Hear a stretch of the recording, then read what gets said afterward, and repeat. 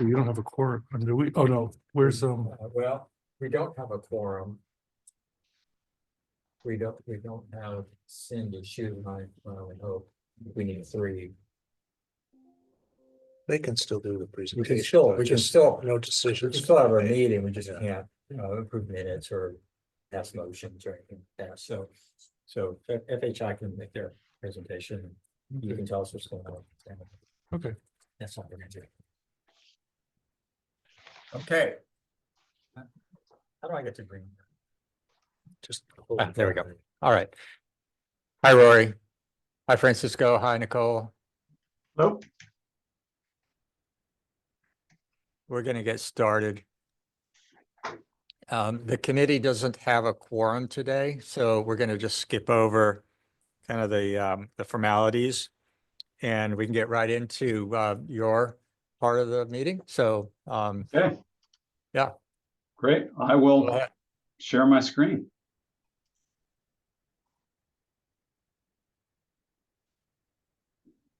Okay, you don't need to see all that.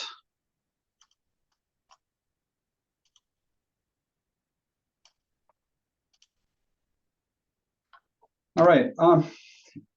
3 different items I'd like to cover today, just to provide you an update on where we're at, and to the extent that you want to take time and review them, I'm happy to take as much time as you like. We've made a tremendous amount of progress over the past month. We've completed the first draft of concept plans for all the corridors. We are currently working on the cost estimates associated with those planned improvements. We've also prepared a draft of the toolbox, which will be included as part of the plan, and I'll show you some pages of that. And we've also been actively working on the crosstown wayfinding work with Mark's department that is supplemental to the rest of the work that we're doing, but is very much related to it. All right, so let's talk about the concept plans. As a reminder, we agreed that we would move forward with Route 1, which we've broken up into 3 segments, Route 117 and Route 215 as our concept plans. And just to give you an idea of what these corridors look like, and they do vary quite a bit between corridors, and even along a corridor, it can vary in cross-section and characteristics a lot, whether it be number of traffic lanes, density of development along the corridor, topography, and a lot of other features. So the concept plans we've prepared are sensitive to all those conditions and are responsive to them.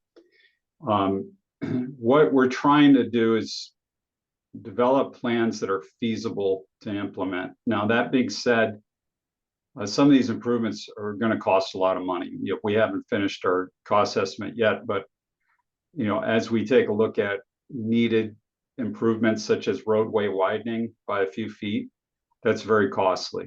Moving utility poles is costly.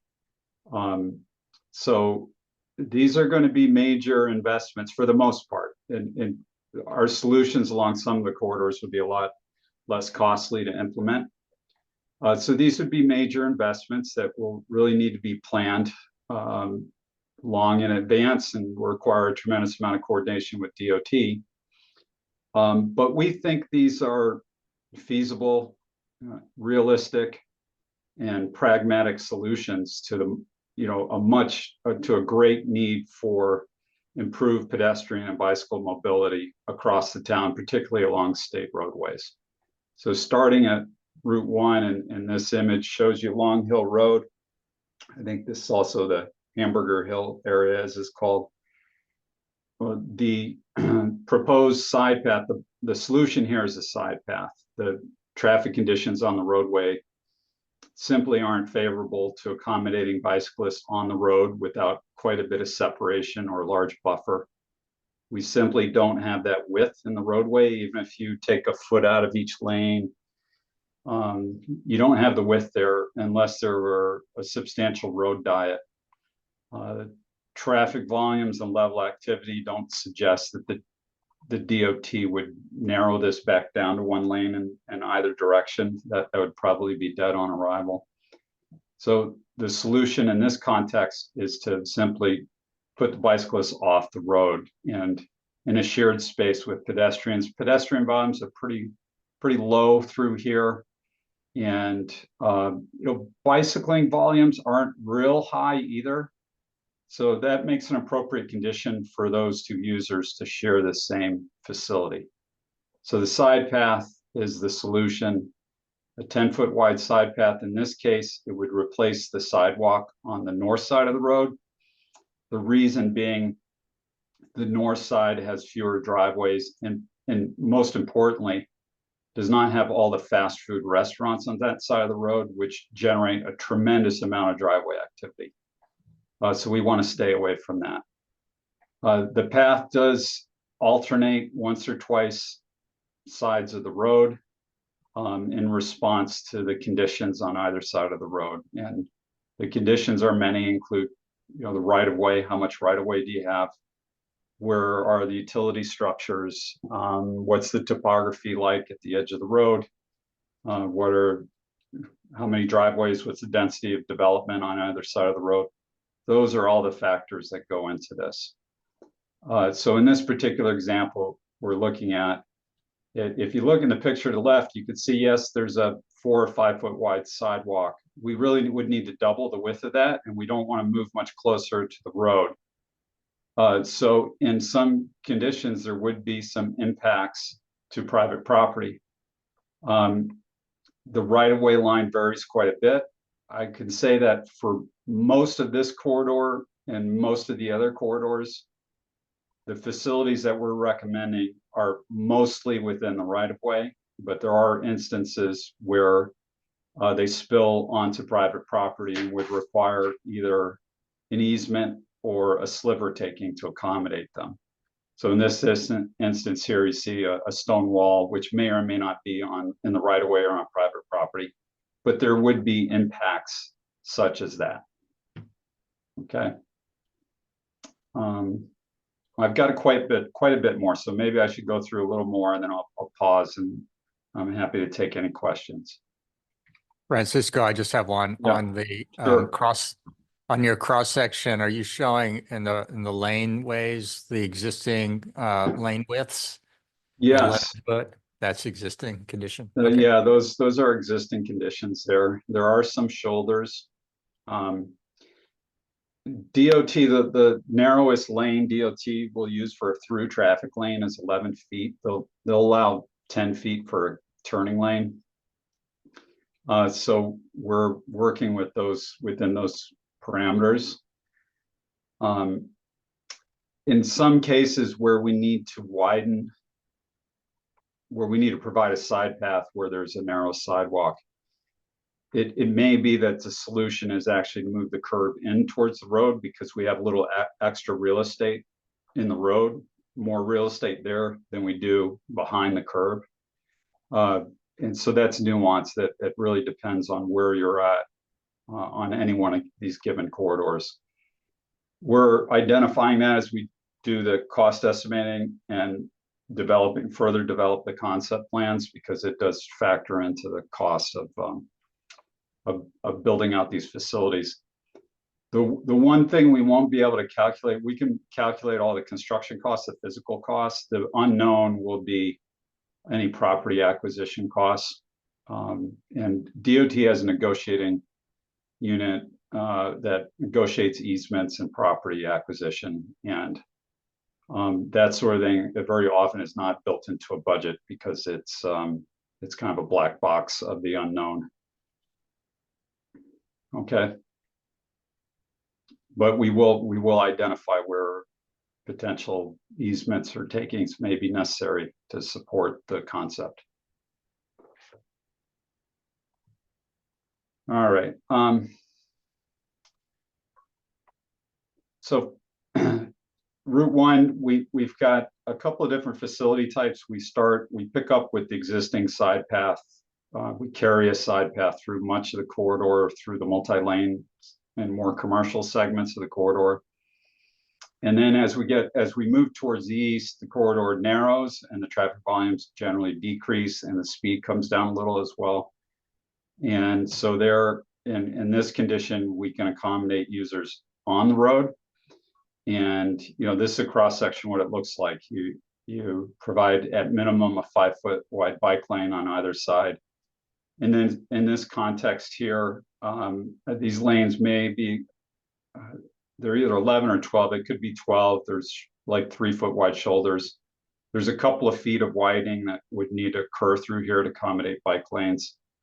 But that's a feasible project to do. Most likely utility poles would not need to be moved, which can be a significant cost. So when we see a condition like this, bike lanes are the most obvious solution. To carry a side path through here, it would be very costly because of the grades on either side. And then you're now in front of residential properties, not commercial. So it's more impactful potentially to those properties. And it becomes more challenging to do something off-street than on-street in this condition. Where is this photo? It looks like east of Fishtown Road. Yeah, it's east. It's looking east between Fishtown Road and Sharon Road. Yeah. Okay. Yeah, here it's shown right here in the map. Further to the east, we now are exploring ideas about pairing different types of facilities, which is a not uncommon practice. You don't see it a lot, but it's an acceptable practice in the right conditions. And so what this means is on one side of the road, we would have a bike lane, and on the other side of the road, it would be a shared road. And while bike lanes on both sides of the road would be desirable, the right of way is too narrow, and it would be way too impactful to private properties, many of which are built very close to the edge of the road and very close to the right of way. So in this condition, even to accomplish this condition, there's likely a couple of feet of widening in some locations. The reason we advocate for maintaining a bike lane on one side of the road is that this is the top of a very long and fairly steep, at some points, uphill climb. And it is desirable on the uphill side to have a bike lane because bicyclists travel significantly slower going uphill, so there's larger differential speeds, and they tend to weave more going uphill. They don't travel in as straight of a line, so they need more operating space. So in this condition, from about the firehouse at Ocean View Avenue all the way to the east for a sizable length, it's downhill going east and uphill going west. So we provide the bike lane in the westbound uphill side and a shared roadway on the downhill side because bicyclists going downhill can go much faster and tend to travel in a straighter line. And therefore it makes sharing, differential speeds are less and it's more feasible to share. Wherever we're recommending a shared roadway, we are within the general constraints or parameters that DOT advises for the application of shared roadway. So we're not going to recommend a shared roadway in some condition where the volumes or the speeds are excessively high of what the DOT would permit. All right, and as you get closer to the Stonington line and into Mystic, things get very busy. It's certainly not feasible to widen the road through here. The cost would be astronomical. That it would be incredibly impactful to properties, storefronts, etc. So we're in a shared roadway condition, and that looks a little different depending what side of the road you're on, where you're at on the road. You do have on-street parking throughout. It's not consistently throughout, but it's scattered through this area. And so the facility here is really a combination of signage and pavement markings. The speeds here are a lot slower because there's a lot more going on. So we think this would be for most bicyclists, not all, but most, this would be a comfortable experience bicycling. And I think you probably see a decent level of bicycle activity through here as it is. If you look in the distance, you could see that the hill, as soon as you get out of this commercial area and you're approaching the church at the top of the hill, the grade starts to climb significantly. So it's west of this area that we would provide that uphill bicycle lane. Okay. All right. Let's talk about Route 215. The lower southwestern segment of it looks a lot different than the upper half, the northeastern part of it. Is much wider to the south. So we have, fortunately, these shoulders afford us room for a buffered bike lane. So that's exactly what we are recommending. I think the lanes may even be 12-foot wide, so we'd recommend narrowing those to 11. And providing a 6-foot wide bike lane with a 2-foot wide buffer. And the buffer is just a painted buffer, and it provides additional separation between traffic and the bike lane. And so this, we're making use of the roadway that's already there. So this facility doesn't require any roadway widening, which would be very challenging to do. There are, as you can see in this image, through much of it, there are wetlands on either side. The grade drops off fairly quickly, and there are guardrails as well. On Route 17, the recommendation for this, and it builds upon a concept of a very kind of broad brush idea of a concept that the town had developed, or someone had developed for the town a few years ago. And that is to provide a side path. We looked at both sides of the road. Either side has its advantages. The west side of the road, given the lake and public property on the west side, is more advantageous because it's less broken up by driveways.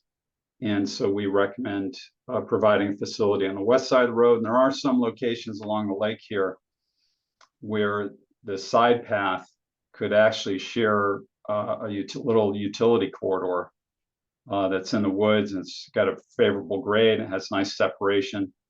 Most of the side path would be very close to the road. This is one of the few areas where it would really separate by any significant measure from the road. But that would also, be a nice change of experience or scenery for most users, I think. So that is for the length of the corridor. The recommendation for Route 117 is a side path. Okay. So as I mentioned, we've developed concept plans for each of those, and we showed you earlier what one of these concept plan drawings would look like.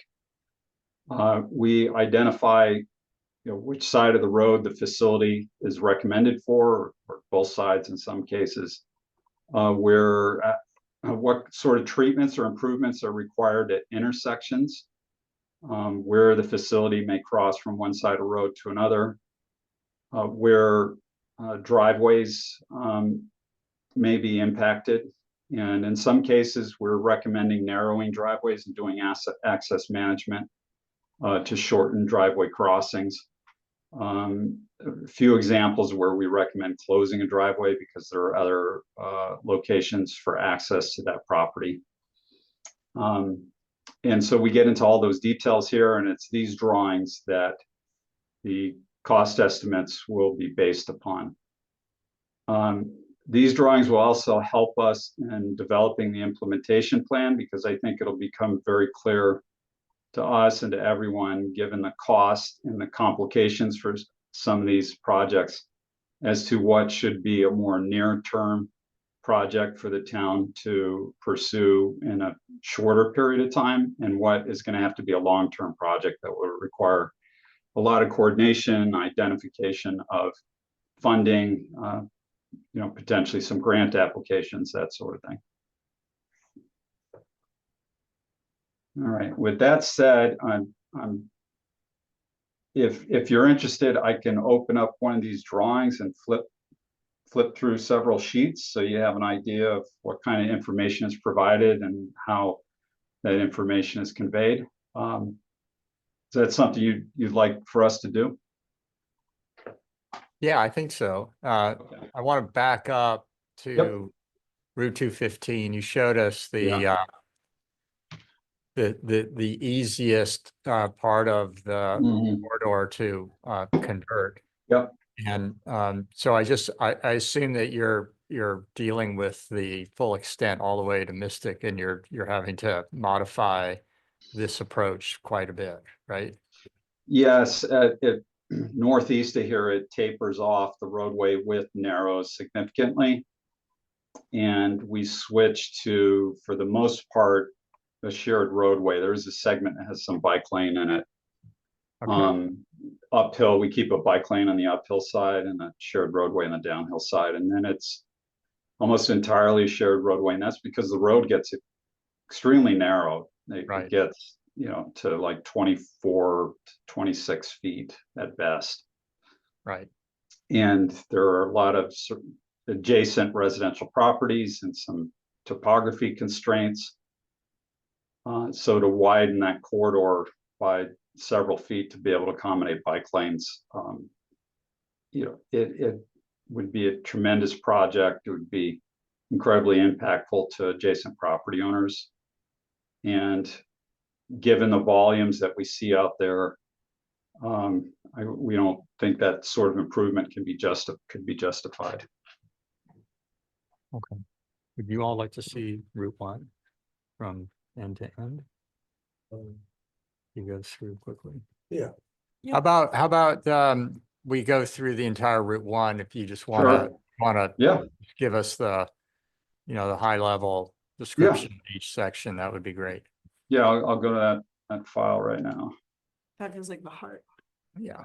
Yeah, oh yeah.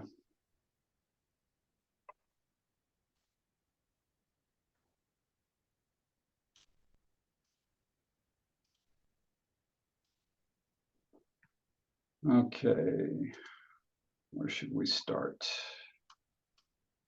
Yeah, we need help. Right here. Okay. So on the upper stretches of Route 1, you have an existing side path. It's coming down, starts around the sub base, comes south. That is the yellow segment that's highlighted. It is the end of it as it's coming in, approaching our study area. And we connect to that. This is Pleasant Valley Road here. We connect to that, provide a side path, and if I zoom in a little bit, I can show you what I mean by some encroachment upon private property. So here we follow the edge of the road, and actually we Hey, move into the Francisco? road a little bit. Yeah. Hey, we just got an email from Cindy. She's the phone-in attendee. She's Yeah. calling in from Mexico. She says she asked that she could be brought into the meeting. I think that's Okay. if the town could promote her. Okay. If it's just allowed to talk, Can't do that. Gotcha. right? There she is now. Thanks. All right. Sorry. Thanks, Rory. Yep. Okay. So on this section of Pleasant Valley Road, this extension here that connects up to Route 1, we have a little bit of space. If you were to see this road looks in some ways like it's been abandoned. I don't know if it's been recently improved, but the edge of the roadway is fairly flat. So we've got plenty of room for a side path here, but regardless, there is some encroachment. Utility poles would require to be relocated because they follow the edge of the road. And so these minor sliver encroachments either need to be negotiated as an easement, and what an easement means is that the property owner acknowledges that the town or the state has the right to put the facility through, and the town or the state assumes responsibility for maintenance and everything else. And then it's recorded on the deed that right exists, versus a taking, which means the state or the town, depending on whose right of way it is, has to acquire a sliver of land, redraw the property lines, and then modify the deed to reflect that. So we see a lot of these minor sliver impacts, and we avoid those as much as we can by putting the facility as close to the road as we can, by moving the curb into the roadway if we have excess space in the roadway. But in many conditions, there really, there's just no way to avoid that and to accommodate our preferred facility. It is, this roadway doesn't have a lot of traffic, so That this road is a be roadway you could, abandoned, is that what you're discussing? yeah, this is Hang a on. roadway you could say, well, why don't we just put them on the road? And the reason in this condition you would prefer not to do that is you want to provide a continuous facility. And here we have a side path that goes all the way north, connecting to a side path on Route 1. So it's much preferred to provide a continuous facility type. All right. And then, yeah, I don't know if someone want to say anything else about this segment of road. Yes, yeah, hold on one second. Yeah, I mean, we anticipate at some point that property owner, either the property will change hands or that property owner will develop land and probably connect to land that is to the west. Okay. So at that point, we'll probably talk about what we want to do with that little sliver of road and whether or Yes. not it makes sense to keep it in our system. Okay. And the value, the benefit of having a plan for bicycle facilities and knowing what you want to accomplish with respect to that is when you go into those discussions, that this can be a factor. That this is something that you'd like to achieve, and that can be factored in. Right, for sure. Okay.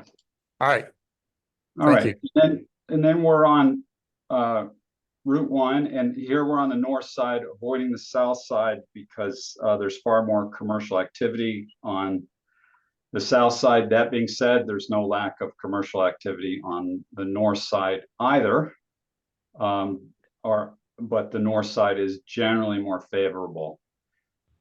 So on the north side, we show areas where access management would be required. By example, right now, this driveway is entirely open.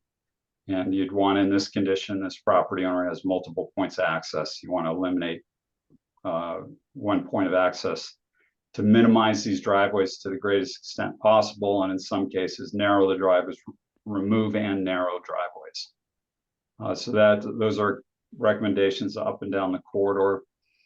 The dashed lines, black lines, are existing sidewalks. So we're replacing existing 4 or 5 foot wide sidewalks with a 10-foot wide side path. Okay. All right. We've got a lot of these sheets, so I'll just try to touch upon some of the highlights.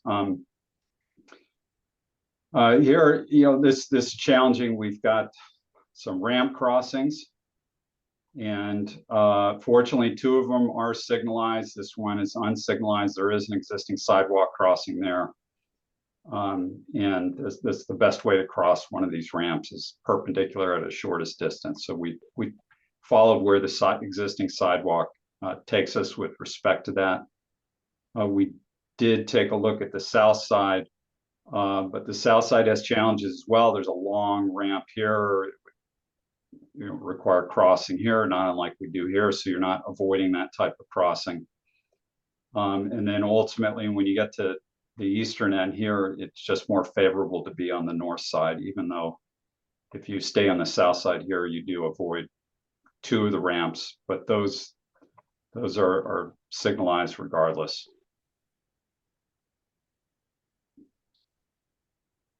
And by being on the north side, we avoid all of this, right? There's these kind of slip lanes here that can be very challenging to cross.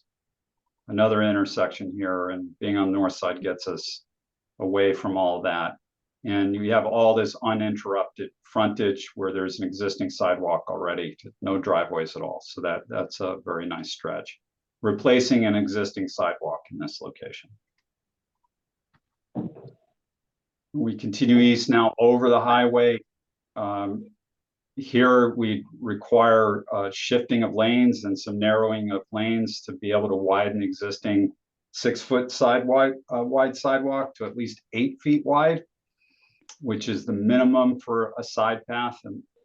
And so we can do that without having to rebuild the bridge or touch the median, just restripe the lanes, shift those over, and then you have to expand the sidewalk, move the curb line of that. But otherwise, that's possible to do, and that's, you know, that's not $1 million project. If we were to look at trying to widen a bridge, then that's millions of dollars type project. Once again, we're following the path of the existing sidewalk. On some locations, it does require a guardrail to be moved back to create additional space. And we are recommending improvements at some of these unsignalized crossings. Right now, there's just crossing signage. We recommend upgrading those to a rapid rectangular flashing beacon, which will really draw a lot more attention, and they can be just activated by pushing a button and they start flashing, and that'll improve safety at those crossings. Additionally, many, if not most, of your existing pedestrian crosswalks on Route 1 are not pedestrian actuated. There are no pedestrian signal heads, they're green light crossings. And even in some cases where you do have a button, actuated means a button to press.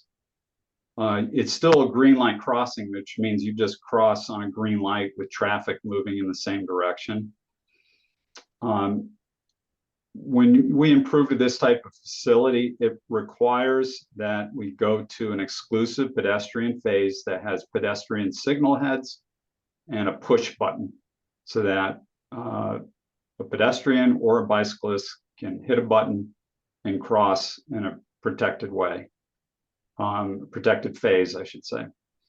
And so that's recommended for each one of these intersections where you don't have facilities of that nature. And that can easily be a $50,000 to $100,000 upgrade to an intersection. All right, moving east. Here we're replacing the existing sidewalk on the north side. You do have a sidewalk on the south side. We're not going to have to touch that. Doing some access management of driveways along the way by reducing their width, improving signalization and crosswalk markings at signalized intersections. And this is Culver Ave, Ronald Road, to orient you, Maxon Road. Traveling east, and this section gets, you know, it really challenging. You've got 2 lanes traffic in each direction, a center medians and turn lanes, a lot of heavy commercial activity. Most of the heaviest activity, you can see just from the size of the development, the size of the parking lots, is on the south side of the road. So those are generating a lot of traffic, and most of those are unsignalized, so that traffic's just free flowing. And so it's just, once again, it's exactly why we want to be on the north side, where you have much smaller land uses that are generating far less traffic, and narrower driveways to cross. Francisco, Yeah, go ahead. at this scale, it's difficult to make out, but Yeah. in general, does the side path butt up against the curb line, or is there a median strip? We can't see that. Yeah, so the best practice is to maintain at least 18 inches of a median strip or more, and that's going to vary. And there's a couple of reasons why you want to maintain some sort of median strip with a little bit of grass in it. First, it's preferable to have some separation between the roadway and the users on the path, just for comfort, and also so that particularly less experienced users and children don't accidentally wander off the path and directly onto the road. right? There's a little bit of something that's going to slow you down and push you back onto the path. Second, it's helpful to have a place to put signage and utility poles. And then third, for snow storage, and I realize we're not getting as much snow as we used to, but even a little bit of room for a snow shoulder helps. So there's a lot of advantages, and we're for each one of these segments, we'll provide a typical cross section or some measurements that indicate what that will look like. And if I zoom in enough, you'll see that we do maintain a little bit of, shows up as brown here because of the time of year, but a little bit of brown. The curb is the black line and the side path the white. So we maintain a little bit of buffer here. In order to do that, it requires the facility to go, once again, encroach upon private property. Now, this segment, there's no houses built right up to the edge, so it won't be impactful in that way. But regardless, this type of improvement really can add years to a project because of all of the legal work required, negotiating required on DOT's part. They do it all the time for all kinds of projects, but this just between the cost and these challenges reinforces the fact that this is really a long-term vision. And we see these things get done, but they take a long time. Okay. All right, I'll continue east. Things get a little simpler as we go east. Not yet, but side path continues on north side. Unfortunately, some of these bigger commercial properties are actually favorable because they have single driveways that are controlled, that are signalized. So there's controlled access. So that's actually a more favorable condition.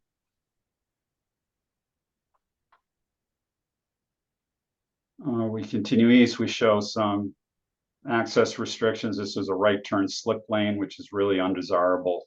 You want turns to be slowed down. And we continue east on north side, replacing the existing sidewalk, which is not continuous all the way. There are gaps in that, so we'd be closing those gaps.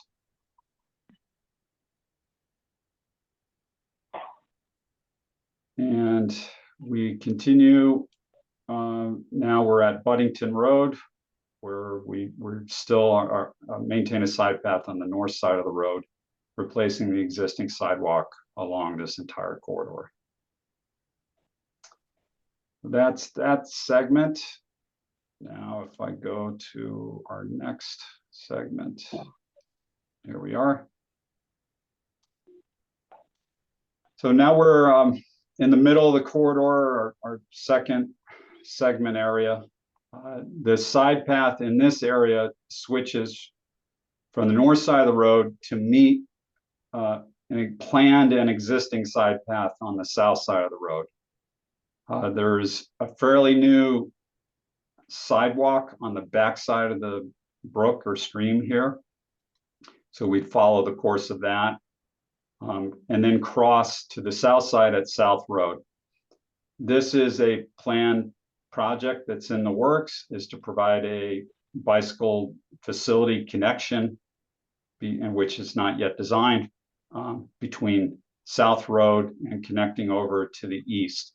And most likely that's going to incorporate a side path on the south side of the road to replace the existing sidewalk. So that's what we're showing in this condition.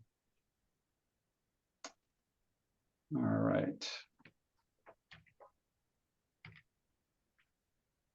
Continuing east to Depot Road, and that's exactly that project is planned to continue to provide a connection to Depot Road. Along the stretch here is the boardwalk, which it really isn't wide enough to accommodate bikes, but I'm sure some people ride down it. But heavy pedestrian use, so the side path would provide a connection to that, and then also continue east along the south side of the road, where it connects to the existing side path over by the school, which is shown in yellow here.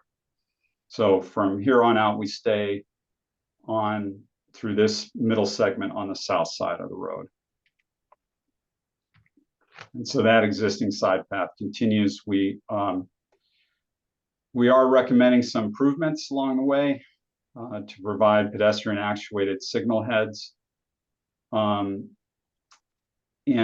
well, actually we need to update this because this intersection we discovered, and I don't know if anyone knows what the history is here, is this is unsignalized. You have a signalized intersection here, a signalized intersection here, and you have a crosswalk mid-block between these signalized crossings that arrives at a parking lot that has no curb ramp there. So in this case, and this is unrelated it's not directly related to our bike facility work, but this is something we've identified as something that should come out because it's an unprotected crossing in between two protected crossings, and you'd rather encourage people to go to these protected crossings.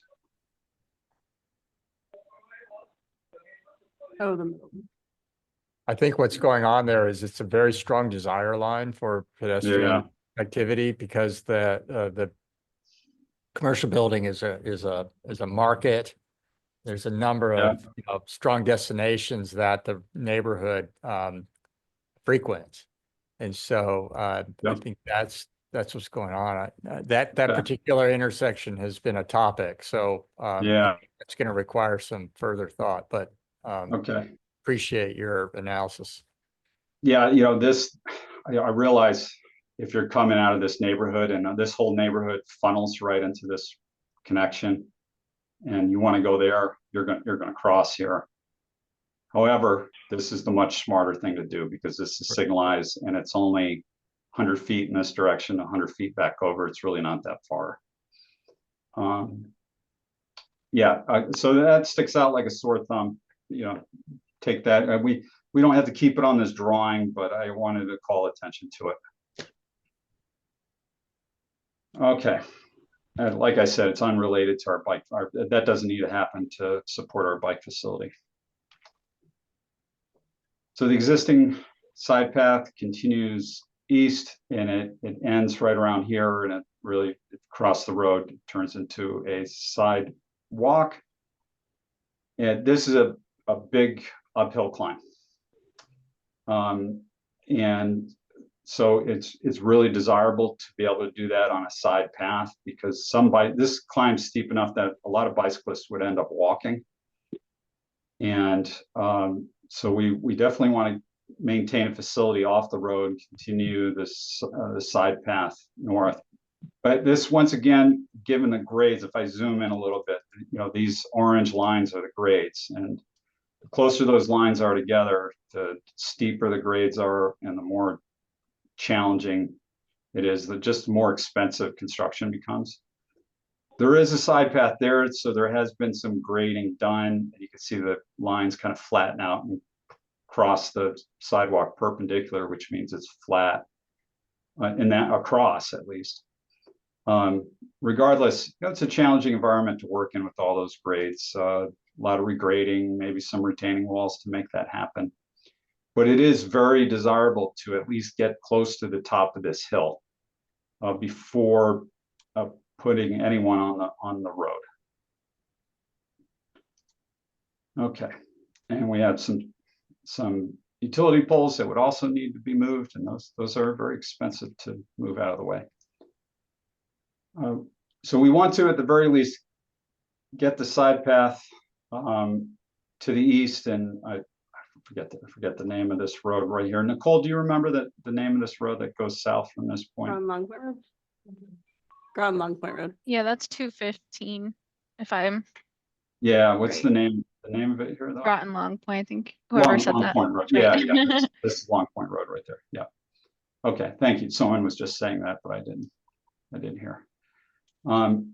So here we would switch to the west side, and that is mostly because of right-of-way.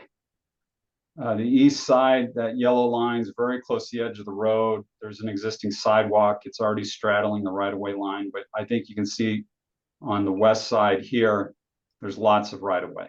So that's where we want to be. So we switch again. Ideally, when you have a facility, you don't want to switch it back and forth across the road too many times. But given the length of this corridor to switch twice, once from the north to the south and then back to the north, it's a reasonable adjustment to make over a pretty long distance. And all those crossings would be at signalized intersections with a protected pedestrian phase. Okay. The other advantage being on this side of the road is that there's currently no sidewalk on this side of the road. So we'd be able to provide a facility at least in this segment on both sides. The Groton Long Point Road, there would need to be an intersection improvement here, traffic calming improvement. It's a real wide open slip lane that facilitates high-speed turns, and there is a median island to try to choke things down a little bit, but that's not really favorable to a good bike and pedestrian crossing. And there's no reason it has to be that way. So what we show is a design that still facilitates the turn of large vehicles and can work appropriately, but shrinks down that intersection and will slow things down. All right. So continuing north and east, we stay on the north side of the road, and we're able to connect the sidewalk that's further south and west to an existing sidewalk here. So we're connecting that network. It's currently not connected, and replacing that sidewalk. And there obviously is some sort of easement because the sidewalk travels entirely on these parcels. And so we follow the course of that sidewalk and continue past Flanders Road. And you see these grades, how steep they are. So you really want to be off the road in this condition because cars traveling down are going very fast, and it's good to be away from them. And so windy. And very windy, yeah. All right. Continuing to the east, we maintain the north side of the road. Unfortunately, it's largely uninterrupted. There's, I think, a sewer lift pump station here. I think it's sewer. It's either water. It's either that or public water supply booster pump. Either way, there's just one facility here that we can maintain access to. Basically, vehicles would just drive up onto the pathway and conduct whatever maintenance they need to. And it's unbroken because all these houses are facing the Blair Road over here, and they're not coming out onto Route 1. So that's a very desirable condition to have, and grades really challenging through this entire segment. Okay, so the side path continues on the north side until we get to Noank Road and Fishtown Road, Noank Ledyard Road, at which point we transition from the side path to the roadway, to bike lanes. And a couple reasons for that. The grades here are far more favorable to that. The right of way, it gets a little narrower, it gets a little more challenging along the right of way.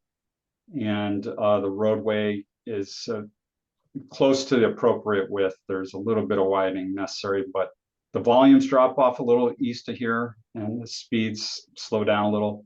So this condition east of here becomes more favorable for the installation of bike lanes. All right, and that brings us to our last segment. And so here we continue bike lanes from Fishtown Road to the east, and that 5-foot wide bike lane on either side of the road with pavement markings and signage to reinforce that. You'll see these notes, widen roadway by up to 4 feet in this location in order to make that happen. The road is not consistent in width. We need 32 feet for 2 11-foot traffic lanes and 2 5-foot wide bike lanes. And in some areas we have 28 feet, some areas it's 30, some areas you do have 32. So we're noting those areas.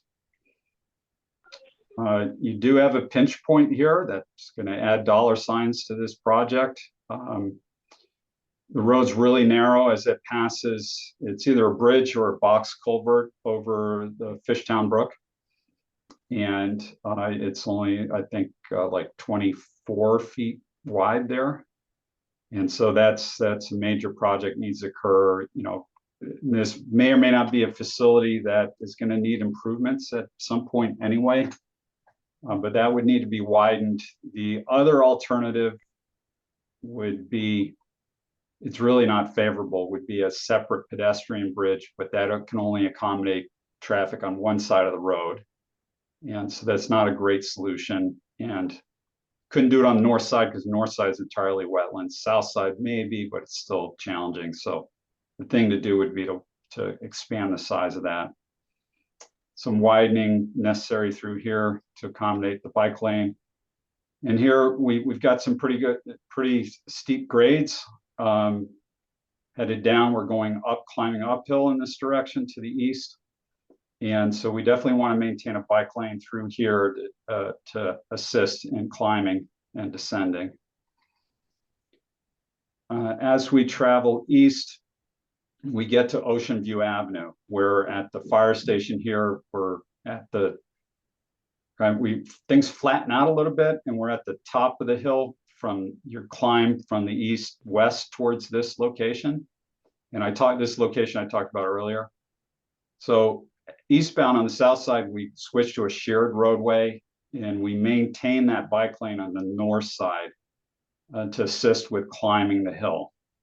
And here it gets really challenging. If I go to the next sheet, you'll see it gets really challenging to widen the roadway by any measurable amount because the houses are very close. The right-of-way is narrow, and the houses are built very close to the edge of the roadway. So you'd really be onto someone's front porch. So we're trying as best we can to work within the constraints of the existing road for much of this. And you see these topography lines stacked up real tight. They're in a V. The V always points downhill. So we want to maintain that bike lane climbing west uphill, but downhill it's a shared roadway. And that configuration continues until you get to Elm and New London Road, where things flatten out quite a bit, and you switch entirely to a shared roadway on both sides of the road that carries you all the way into the commercial area of Mystic, and continues all the way to the bridge. So that's Route 1. Any questions or comments? These sheets indicate where signage would be located, where pavement markings would be located.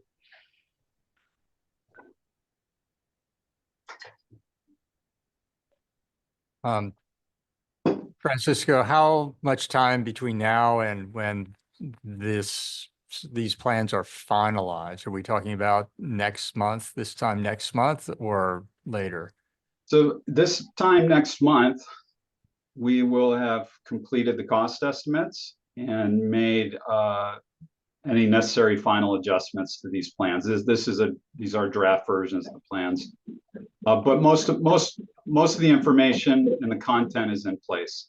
We're some of the more complicated areas, intersections, etc., where there's a little more detail. We might do a few enlargements to show how those details should be handled. But a bulk of the work is done. So this time next month, all of that would be done, including the cost estimates. So you pointed out that this section from South Road to Depot Road is overlapping with another project, a funded project. Can you provide that segment to the town just for coordination purposes? Oh, absolutely. Yeah. So we did share these draft documents. We did share these. We sent them out last week, made them available to Mark. Brian, I think I copied you on it, but if either of you didn't get that link, I'm happy to reshare it. Why don't you reshare it? Because we're looking Okay. at each other with puzzled expressions. Oh, really? All right, so that's the second time today. I've told, someone told me they didn't get something I sent on Friday, and we just switched over our IT system from one system to another. So I think there are things that are on Friday afternoon for whatever reason. may have- Okay, well, I'll I'll give you forward- my Yeah, pearl of wisdom here is never send anything important on a Friday.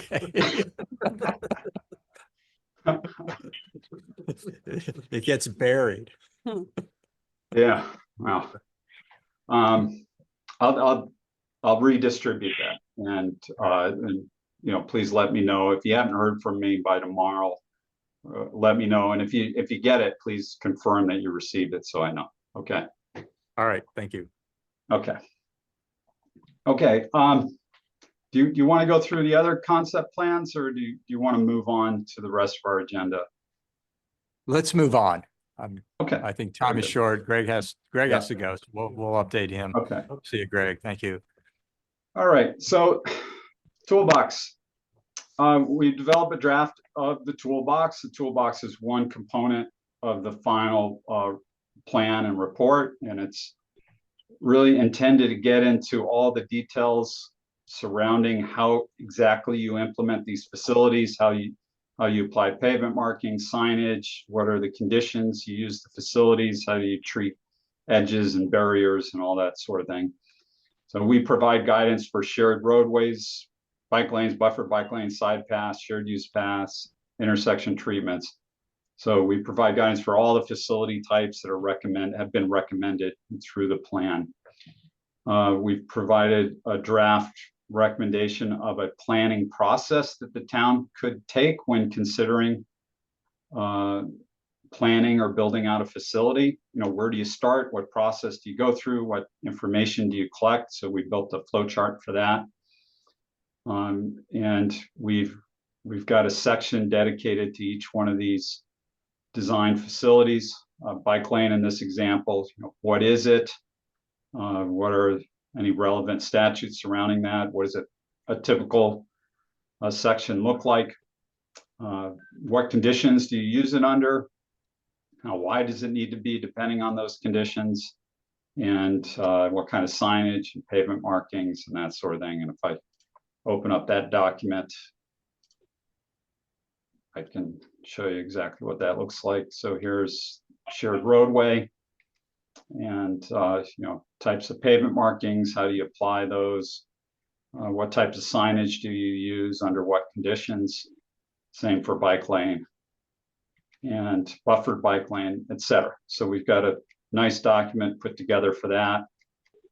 In addition, we've provided guidance on intersection treatments. How do you handle intersections? What sort of tools can you use?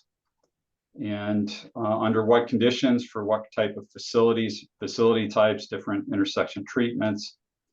And, you know, how do you handle turn lanes and that sort of thing, bike pockets, bike boxes, different types. How do you cross an intersection with pavement markings? And different types of crossing treatments, mid-block crossing treatments, under what conditions you use those, traffic, lanes, speed, what types of crossing, signage, lighting, lights, signals, that sort of thing. We had this well underway about 3 weeks ago, and when AASHTO released their long-awaited updated bicycle facility design guide, several hundred pages, about 648, I think. We spent a tremendous amount of money to obtain a copy of that, which was just released. We went through it to update all of these standards to be consistent with the latest and greatest standards that are being recommended by the American Association of State and Highway Transportation Officials. So this is state of the art and it's consistent with that. And we did have to make not a lot, but a number of adjustments to, to standards and guidelines that we had previously been using that were in effect in accordance with the latest draft, which is, I think, about 20 years old. So the timing was great. We're able to get this up to date, and it reflects all the standards of that and of the very recently, I think about 2 years ago, updated manual for uniform traffic control devices as well. So this is as updated and state of the art as it gets. And I think it'll be I hope it'll be a very useful tool, because it takes about 1,000 pages of the AASHTO bike guide and the MUTCD, which is manual for uniform traffic control devices, along with a couple of other guys, and merges it down, gets it down to around 70 or so pages, and that it would be far easier to access that information. So I hope it'll be useful to the town. All right. Next, go back to full screen mode here. So any questions on that before I move on to our last item? No, go ahead. Okay. As I mentioned, we've been working with the town on some branding for the Crosstown Greenway. And we put some different logo options in front of the town. And Mark was coordinating with Tabitha, who I learned has a background in graphic design, so she was very helpful. And we identified a preferred logo type. We're interested in sharing with you for the Crosstown Greenway Trail. And in case you couldn't tell, the white area is the shape of the town. And the dotted line here is the kind of a smoothed out version of the Greenway route, just a graphical symbolic version of it. So that is the draft logo concept. And I think if you as a committee hate this, then we could explore other ideas or show you some of the other ideas we've considered. If you like it, maybe we can move forward with it. Through the branding, we want to acknowledge all the partners, different property owners and conservators. So we provide that branding included. And we have different user types. So we've developed some symbology for indicating whether or not those user types are accommodated along a segment, and with the little arrow on it, directing them what direction their facility might be traveling. And that includes sections for pathway bicycling, mountain biking, walking paths, and hiking trails. So the trail sections have signage. It's sporadic. It's all over the place in terms of the symbology and types of signs and construction of those signs. And the on-road portions have no signage.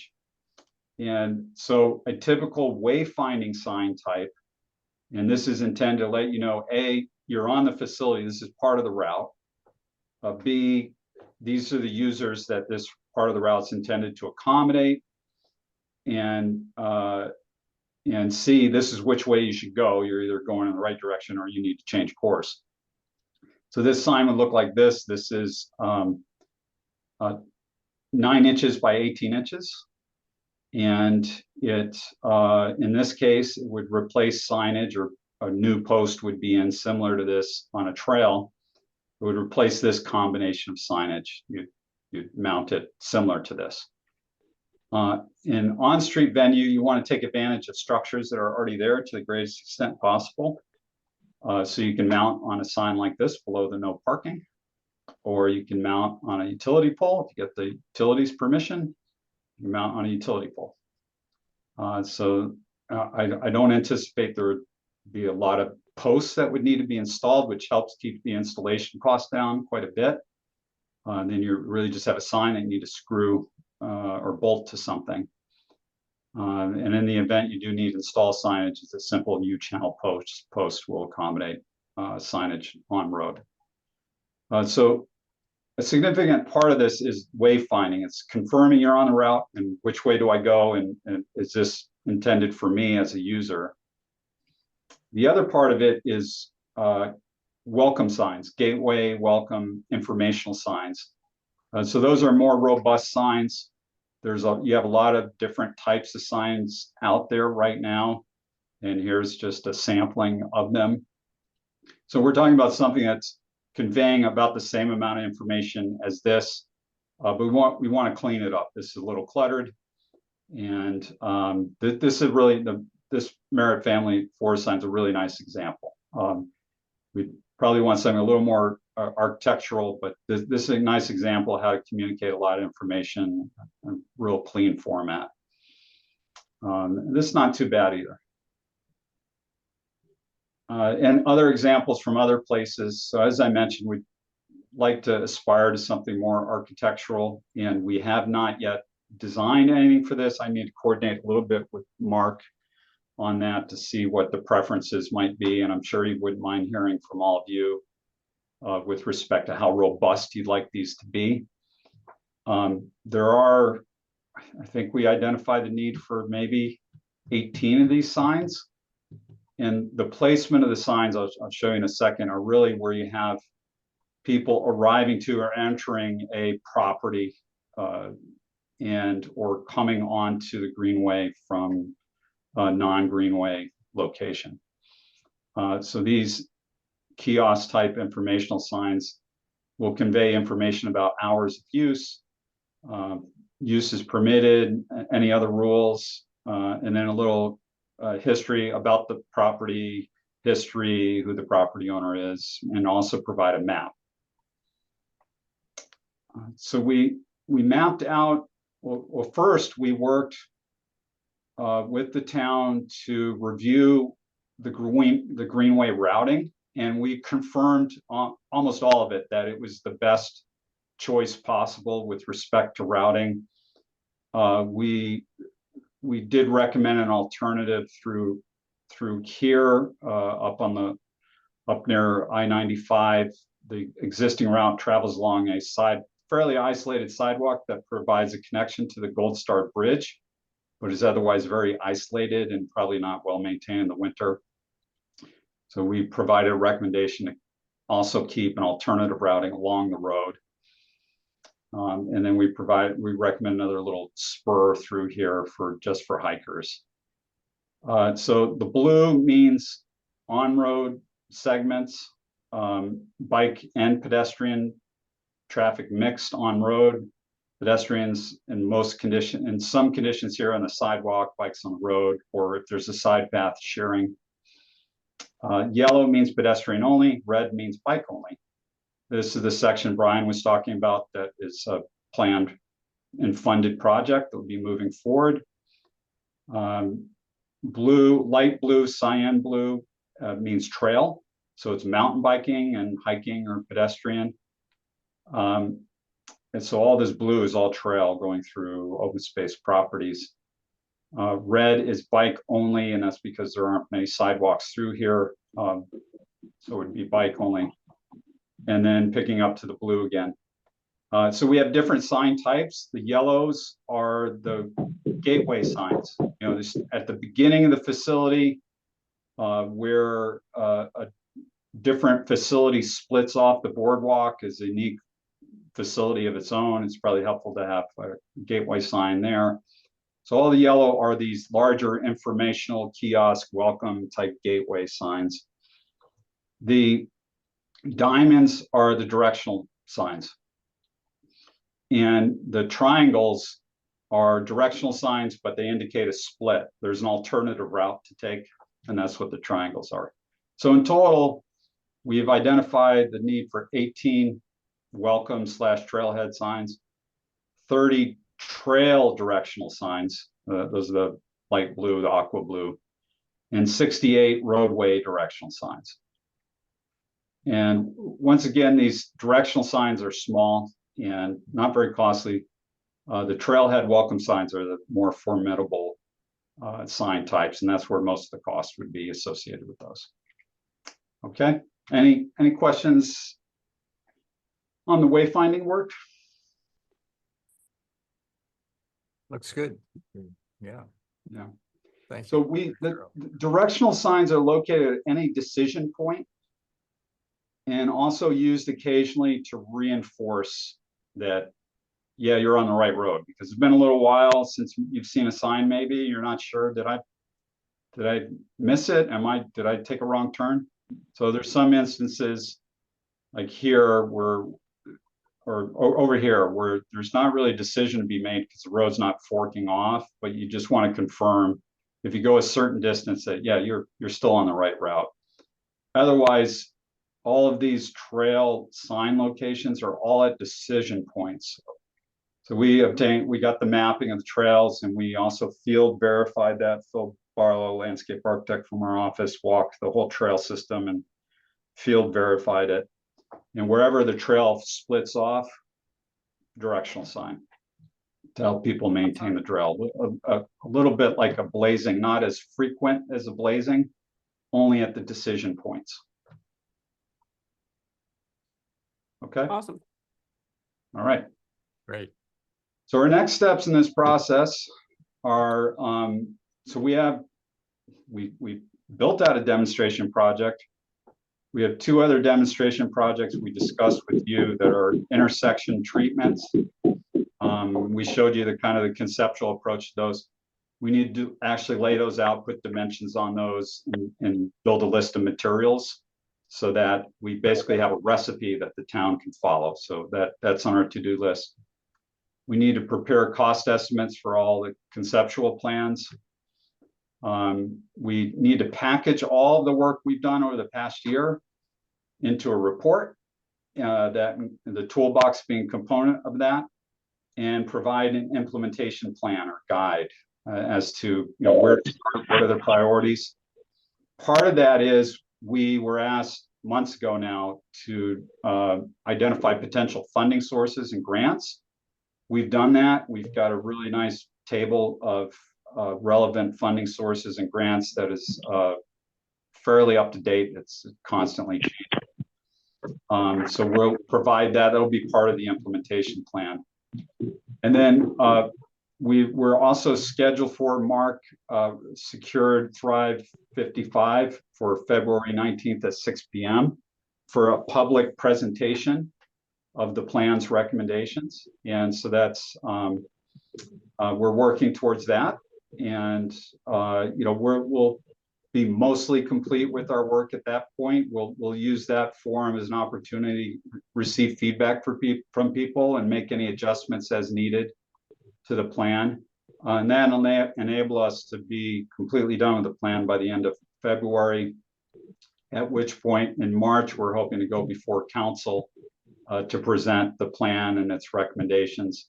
And Mark, both those dates that you floated, I think 22nd and 25th are good for us. So, whatever works out with that council schedule, we can accommodate. That'd be the 22nd. Yeah, it can't be the 22nd and the 25th because the council meets every 2 weeks. I forget with the 12th, or I forget. Yeah.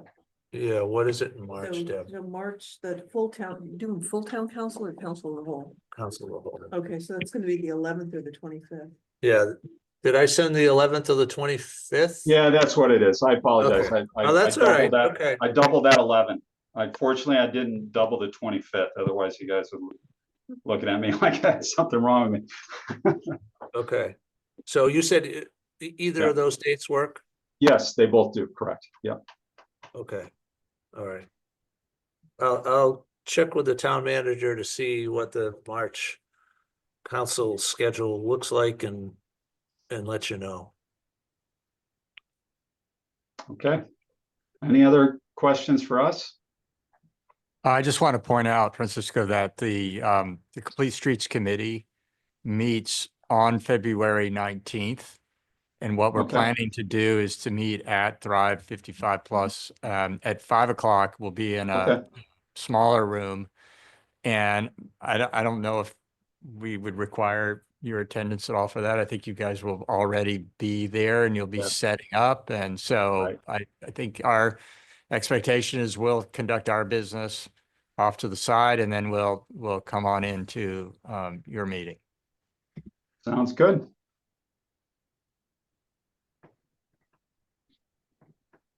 Okay.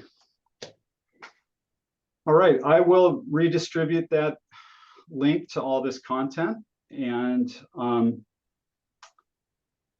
if anyone has any questions for us or information to share, over the next week or two, or until we meet next time, please feel free to share it with us. Great, thank you very much. Thank you. Yes, thank you. Okay, yeah, thank you all. Bye. Bye-bye.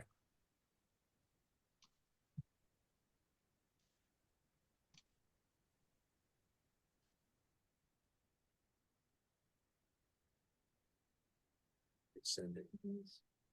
Change these around. Well, I'm favorably impressed Yeah. by what I've Yeah. seen today. Yeah, I think they've done a pretty nice job. Thanks to our Compared to- guidance. Compared to what we got last time. Yeah, I second that. You're not getting any speed from that. I mean, geez. Hey, but look at 20 years. ago. Brian did it 20 years You know what I ago. mean? He's talking about my plan. Yeah. You know? So that's great.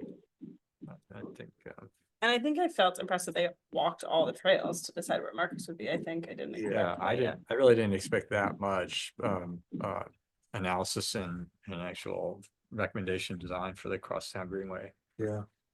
Makes sense. I mean, we did tell them, we wanted a trail component. So I don't know, what do you feel about that? There's a lot of other trails in town, but they're fragmented. They're all over the place. They are, I want an opportunity to look at it, So this so Yeah. far so good. And All we right. did get, they gave us a ballpark estimate, just so I could put something into a CIP. So I've broken it up into 2 phases. Mhm. Phase of Deb's recommendation. So phase 1 and phase 2. Estimate for Um, what exactly? For all the signs, Oh, for the trail. kiosks, The trail. work. yeah, Okay. that, all of that, right? Like the cost estimate. Yes. Um, Do you think that any of the signs that are like spaced out along the way should say Groton on them somewhere? Like it says Crosstown Greenway, but it doesn't say Groton. Most is there- people will is there know they're a way in to Groton, continue it? but not everybody that's passing through. I mean, I'm Yeah. just wondering whether there's value in just having the name of the Right. place. Like, Are they trying to continue this on to other towns? Like, is that their? well, maybe not. I mean, there's all kinds of facilities that are Yeah, proposed from town to town. There's the Tri-Town Trail. right. There's this, which does end at almost at each border, east Yeah. to west. There's the future Eastern Shoreline Path, which is more of an on-road route that where all of these interconnected projects are creating the route for the Right. Eastern Shoreline Path Yeah, from Stonington to the Gold Star Bridge. Mhm. I just know that when you're touring, whether you're hiking, walking along distance or riding a bicycle, it can be kind of very disorienting if you're not very familiar with a place. And if there's nothing telling you you're in a particular place, you just may not even know that you're in the town of No, I Groton. like the idea of adding Groton to it. The little trail logo that's currently used, doesn't it say Groton Trails? So there's Yes. already. Yeah. But if that's being replaced by this, then we might think about where just the name Yeah. could be included. yep. Do that. Yeah, that's a good idea. All right, so I feel like moving on to the last part of the meeting so that we can theoretically adjourn by 5 o'clock.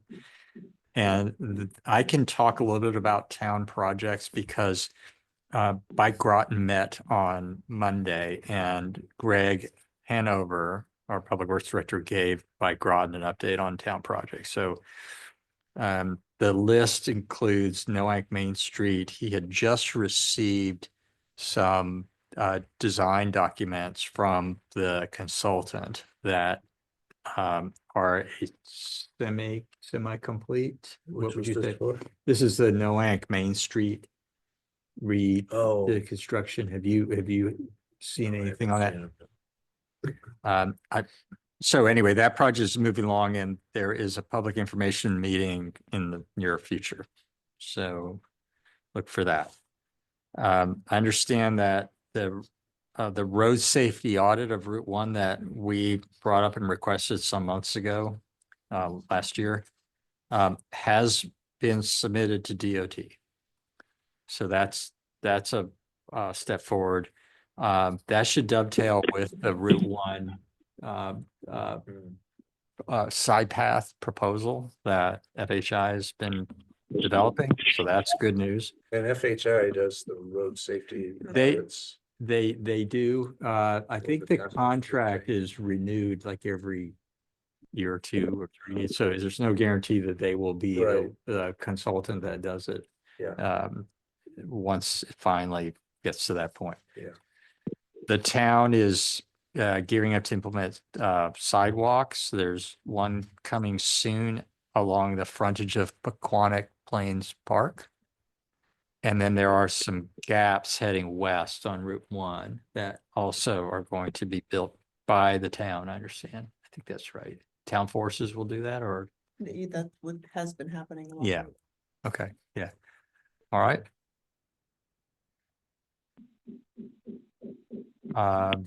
The Route 215 Anderson Brook culvert replacement has started. The utility lines are being the poles were placed and the various utility companies have been moving their wires so that the construction area doesn't have utility poles and overhead wires interfering with it.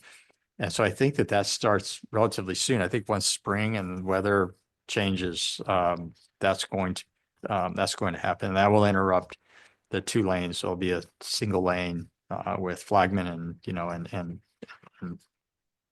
construction in the roadway. Can you think of anything else that's going on that you should know about? No. Okay. All right. So I think that brings us to the end of the meeting and we can go ahead and adjourn. We don't have to do any motions to adjourn because we don't have a quorum tonight, but well, actually we do now that Cindy's on the line, but I think it's really Motion to adjourn. second. All in favor. Hi, Cindy. Hi, Brian. Thank you. Thank you. Were you able to to understand very much of their FHI's presentation? Yeah, and I can watch it later, but I've been living in Groton for 35 years now. So I could pretty much see in my mind every place that you were talking about. Oh, okay, good. Good. I hope that was the case. All right. Well, very, very glad. Thank you for making it. And Sure. we'll be in touch. Okay. Have a great day, everybody. Bye, Cindy. Thanks. Thanks. Bye.